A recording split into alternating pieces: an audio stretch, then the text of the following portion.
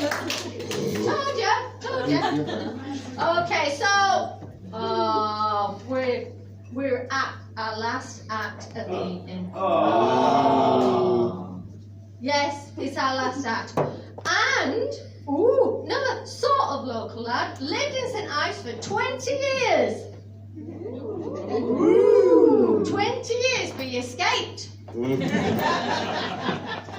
escaped and went off to pastures new. So some of you may know him, but he's back tonight for our enjoyment. He's been really looking forward to it. He keeps telling me all week he's been saying, really looking forward to it. So St.Ives, yes, really warm welcome back. Warm welcome back to Clayton Harrison!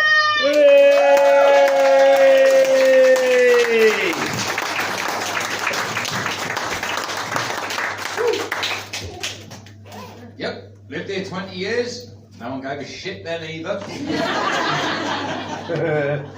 And I have been really looking forward to this. See, I live in Lowestoft now. Don't cheer that, it's like being on the world's longest shit holiday. You go somewhere, you find out it's shit, at least you've got coming back to look forward to. I don't have that. Right? Imagine that it's like a wish. You've got Southwold up the road, nice, millionaires. That's the picture you get on the wish. You order, and Lowestoft turns up. But you're still grateful because it could have been Yarmouth. Right, they're going on about, like there was an article online recently, they were going to build a tunnel from Lowestoft directly to Amsterdam. I don't think that's going to happen. Right, if they do build that tunnel, I'll tell you what's going to happen. The very first weekend that's open, is the entire of the town of Lowestoft is going to end up in Amsterdam. It's going to be Suffolk accents as far as the eye can see, confused Dutch people having nervous breakdowns, and idiots walk around going, I'm going in the coffee shop, get stood about. Do well. Right, start with the register, shall we? Put your hands up if you are on it. Oh, you're on the ball in St.Ives. I'm so glad I remember you this way. See, if I'd have done that in Suffolk, I'd have had one old boy at the back, maybe two or three going, oh, that's me, that, hey, how about that? It's so helpful in Suffolk. Right, I come from a long line of jokers. My granddad once famously faked his own death just to pull off the world's most badass knock-knock joke. Who's there? Grandad! Three of my aunties fainted. And the bastard got us again 3 years later, the real deal. The curtains opened, the box went in, the curtains shut. We all sat around for 3.5 hours waiting for the arsehole to announce he was the vicar or walk through the back door, like Jeremy Beadle. Toss bag. I've got a joke I like, Bob. I call it ejector seat. See, it sort of plays on my appearance. But I'm going to explain my appearance, right? Some of you are looking at me and wondering how I got on in court. Don't feel bad, you're on the money, I'm shady as fuck. Right, but shady friends are important friends to have, right? Some of you people, you get a copper in front of you, you go to pieces, you start confessing shit you haven't even done. I get a copper in front of me, I'm on stage. Is there anything in your pockets that will hurt me? Yes, 3 ninjas and a tiger. Dig in. Is there anything in your pockets that shouldn't be there? Yeah, your friend's hand. You may harm your defence if you fail to mention something now you may later rely on in court. Prince Andrew's legal team. Well, they didn't do him much good this week, did they? 12 million. Feel that. No pocket money from mummy for a while, I should imagine. The lockdown was evil for people like me. How the fuck am I going to work from home? I'm a burglar! There's only so many times you can sell the thickest kid his own PlayStation before the little fucker catches on and robs your PS5 to get ahead of the game. Arsehole, I had to pay him 60 quid for that. I go online a lot. Probably shouldn't, but I do. And not fake taxi. What I do is I like to pick fights with random people. Right? I wouldn't go so far as to say I'm a troll. I am a bit of an arse. Right, one of my main bugbears is people trying to sell broken shit on Facebook Marketplace. What the fuck is that about, man? I saw one recently, it said used garden wood chipper. Was working fine, suddenly stopped. No idea why. Could be an easy fix for the right person, but I must collect. Well, it wound me up, that did. I thought I wasn't aware that dustman was such a fucking prestigious job that people were paying to do it.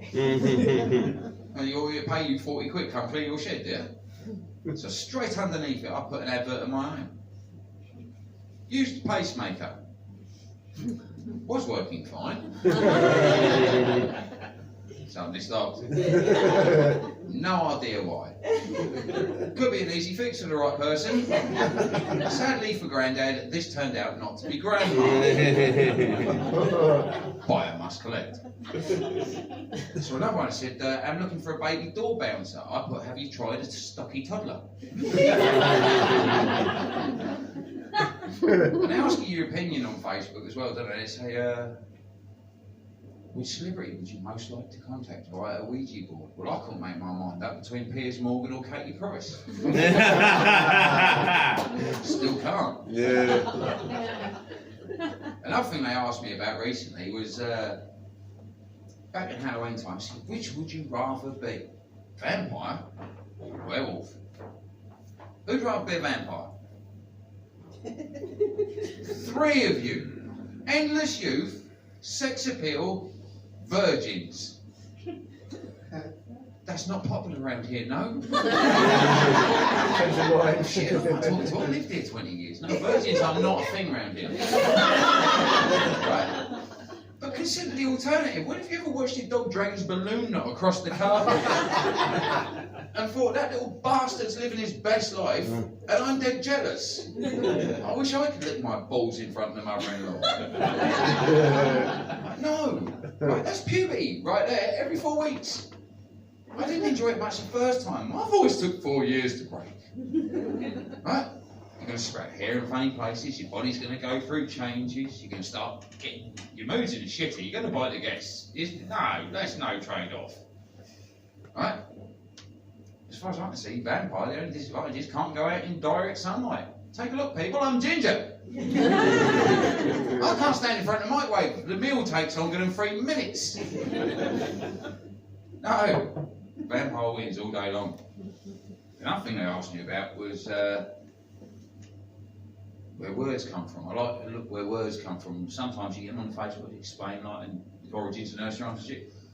One of the words that came up recently was unicorn. It's a lovely creature, beautiful. Shit name though, isn't it? Let's break that down. Singular foot complaint. Not really the one, is it? But when you consider that the only other alternatives are horsoceros or donkey, I think we can all live with unicorn, can't we? I want to tell you all about something that happened to me around here, and it was something that will stick with me always. When you go to the doctor, during the course of your life, you accept the fact that at some point, the doctor is going to see you naked. And that's all right, because he's a doctor, or she's a doctor, they are a doctor. What you never expect is that the wanker's going to return the favour. Well, that happened to me at the Ivo. I won't name the doctor because they're probably still around here. You notice how I said there, I'm not giving any clues away. I took my little daughter to it. And it wasn't until I wrote this as material that I realised how screwed up that logic is, right? When kids are small, we fill their heads full of the dangers of strangers, particularly the fucking naked ones. But when we take them swimming, we lead them through a room full of the bastards. What's that? You're the opposite gender? No problem. Mum's not here. We'll lead you through the room of low-hanging fruit. Try not to take your fucking eye out. So, going on this right, we've been swimming, we're getting changed again. It's like those of you who've been to the Ivel know it's an open plan changing room. It's an island, there are benches around the edge. Now there is an etiquette to an open plan changing room. If you are on the edge, you face the wall. You dry your junk dead bloody quickly, and you get dressed. It's a bit more tricky if you're on the island. You got to check your feet. You got to dry your shit even quicker, and you got to get changed all while looking at the crack in the tiles between your toes, because you do not want to look up and find yourself sword to sword with another islander in an uncomfortable eye contact. That shit does not fly. Right? So there I am, got my daughter in the corner of the island, of the perimeter, because like, I'm a decent parent, I'll shield her from as many of the cocks as I can. And then walks my doctor. Breaking all the rules. Bastard. He comes walking in, right? And he goes around the island. Towel over his arm. The arsehole, it's not even covered shit. And he does a victory lap at the island, like, he's won something. And it wasn't, I'm in the corner, like, shielding my daughters, like, it's the horrors of war. Like, oh, look away, protect your innocence, young one. He doesn't give a shit, he's swinging his tail. Now, the thing was, it was just the fact that I've just been presented with my doctor naked, and I'm... What's going on? It was the sight of it. Have you ever seen a bald man that looks like he's wearing a pubic onesie? Because I have. My mind just went, fuck off! I've got my kid come out wearing a jumper for trousers. No. But I learned my lesson. I changed my doctor, I shopped about, and I've got a really fit one that goes swimming 3 times a week now. Now I'm going to leave you tonight with one of the last adventures I had online when I had a few of those beers, and there was no one around to stop me. I decided to see if I could break Moonpig cards. I wanted to see if there's anything they won't print on a card.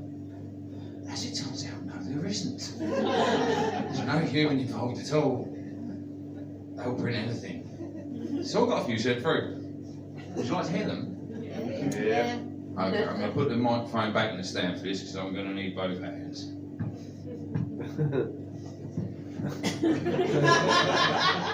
I lied. I thought, okay, we'll start in gently. Thank you. It's a little simple thank you card. How wrong can it go, eh? Thanks for helping me fake my death and letting me hide out. Always thought having an undertaker as a mate was weird until now. Couldn't have done it without you, big fella. Cannot fucking wait for the funeral next week to see how long it takes those pricks to realise I'm the vicar. Love Grandad. Right, okay, they've printed that one off, the order's gone through. We'll ramp them up a little. Medium heat. Mummy, I love you to the moon and back. And you said, it's me, and it is my mummy. And my mummy was your dog warden for 25 years, which makes this so much more inappropriate. Mum, I'm sorry I waited until your divorce was final to tell you those escort charges on Dad's card were mine. But I've always wanted to live with Nan, and anyway, Dad's such a dick. Please let Nan answer my calls. I miss both you guys, and Dad's being such a bellend about the whole thing. Love you. Kiss, kiss, kiss. That one through. Right. Really ramp the heat up with this one. Are there any animal lovers in tonight? Ooh, I hate this. Little Frenchie bulldog, look how cute is he? See what's written underneath him? Sorry.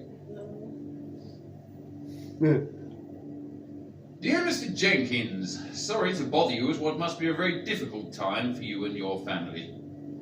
Words cannot fully express the immense amount of remorse I feel for eating your poodle dog, Benji. And frightening your wife and small children. I can offer no explanation for my shocking conduct that day, other than to say that crystal meth is a very powerful drug. I'm now getting the help I need, and I'm trying to accept responsibility for any harm my addiction has caused, so I hope it will help you to know that I thought Benji was lovely. Very much. Good night. Hey!